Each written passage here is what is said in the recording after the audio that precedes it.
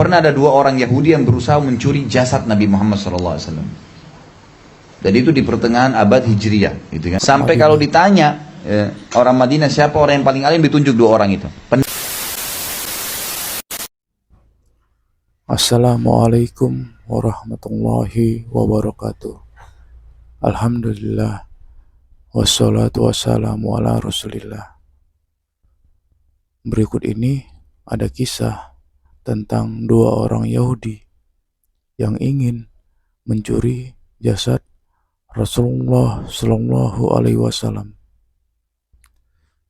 Berikut ini mari kita dengarkan kisahnya dari Ustadz.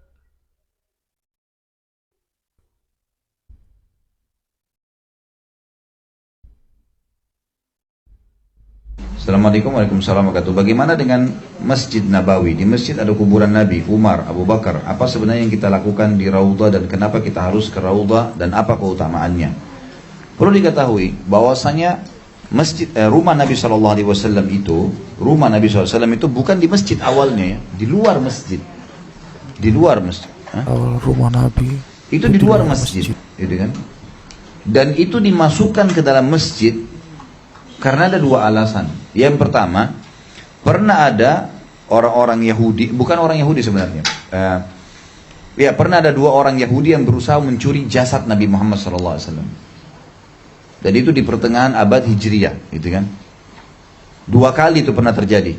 Yang pertama, dua orang Yahudi pura-pura masuk Islam sampai dahinya hitam dan menjadi orang terbaik masyarakat Madinah, gitu kan? Dalam sejarah kita disebutkan.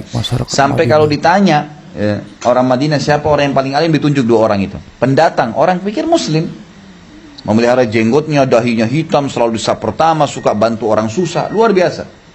Amal ibadahnya semua mereka lakukan. Dan ini pelajaran Bapak Ibu sekalian. Orang Yahudi sekarang yang paling banyak mengacaukan dunia. Umat Islam ini mengacaukan dia. Jangan sampai tertipu dengan hal-hal yang sudah banyak terjadi. Kasus kelompok-kelompok Islam yang banyak terpecah di tengah umat Yahudi di belakangnya. Sudah mulai nyimpang dari wahyu, ini sudah ngaco ini. Udah nggak mungkin, gitu kan. Bahkan teman-teman di Timur Tengah mengirim banyak foto-foto sekarang terbongkar pimpinan-pimpinan banyak aliran yang sudah ngawur bunuh-bunuh orang Islam sama sini, itu ternyata pimpinan-pimpinannya orang Yahudi. Ada namanya, ada fotonya dikirim ke saya di WhatsApp. Ini lo lihat.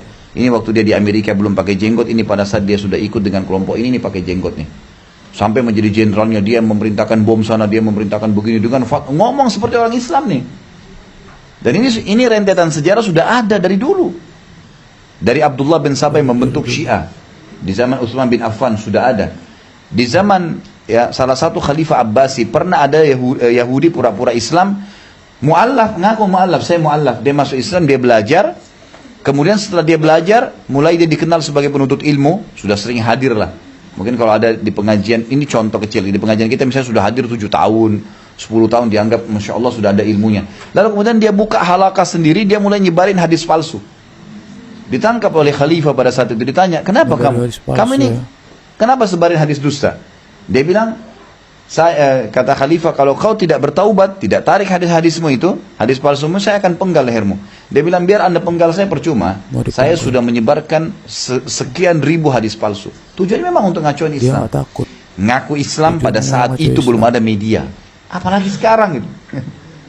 Jelas sekali mereka bisa lakukan itu kan. Itu sudah ada. Mereka juga setelah itu, dua orang tadi pura-pura masuk Islam dan tinggal di Madinah, tidak ditahu kalau Yahudi. Ketahuannya salah satu pimpinan waktu itu gubernur Muslim di Mesir mimpi Rasulullah SAW datang kepadanya dan mengatakan, tolong saya, kalimat itu saja. Kemudian orang ini pun datang ke Madinah, ngumpulin masyarakat Madinah. Ada apa dengan kalian nih? Kumpulin semua warga, tidak ada. Nggak ada apa-apa. Ada yang butuh sesuatu? Nggak ada. Masih ada nggak orang yang tidak ikut kumpul sini? Masih ada. Dua orang yang terbaik dari masyarakat kami, itu orang Yahudi tadi. Lalu si gubernur ini mengatakan, saya ingin ketemu. Ketemulah dia. Datang ke rumahnya. Dari awal pertemuan sampai terakhir ngobrol, tidak ada yang salah. Rumahnya juga sederhana, biasa saja.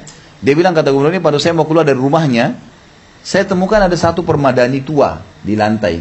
Sudah tua, orang biasa lapisin permadani, lantainya biasa. Tapi kata gubernur ini, saya tidak tahu kenapa saya pengen sekali ngambil permadani itu. Padahal tua dan ini gubernur kaya raya gitu kan. Dia minta orang Yahudi itu, orang ini dua orang tidak mau kasih, nggak usah, ini sudah tua untuk apa? Dia bilang pertama kali saya berbuat kezaliman saya suruh ambil secara paksa, diambil secara paksa, begitu dibuka ada lubang dan itu tinggal 2 hari lagi digali sampai kuburan Nabi SAW. Oh, Alasan yang lain adalah pernah terjadi di abad pertengahan Hijriah juga, waktu terjadi perang salib besar-besaran antara pasukan Utsmaniyah, Turki Utsmaniyah dulu Khilafah Utsmaniyah dengan perang salib. Pernah terjadi besar-besaran perang salib dan itu bergabung antara Spanyol, Prancis, Itali, Swedia, semua bergabung negara-negara Eropa ini membentuk pasukan dan perang besar, ya. Terkenal dengan kalau tidak salah perang namanya itu Hokas, ya. Orang-orang barat pun tahu peperangan itu dan itu dimenangkan oleh sultan namanya ya Allah, Sulaiman Kanuni rahimahullah. Ini ulama dan seorang khalifah terkenal sekali, luar biasa dengan kesolehannya. Dan mereka menang. Nah, pada saat itu satu-satunya negara yang tidak ikut berperang dengan koalisi pasukan salib waktu itu adalah Portugal. Dan Portugal waktu itu termasuk negara yang ada perselisihan dengan Spanyol, maka dia tidak mau ikut-ikutan. Tapi dia kerjasama dengan negeri Safawi. Safawiyah ini negeri Syiah, ya, yang sudah lama dibentuk ini orang-orang Yahudi, negeri Syiah ini. Dan mereka mau masuk ke Madinah untuk membongkar kuburan Nabi SAW. Dan berhasil diberhentikan oleh Sulaiman Kanuni. Diperangi itu.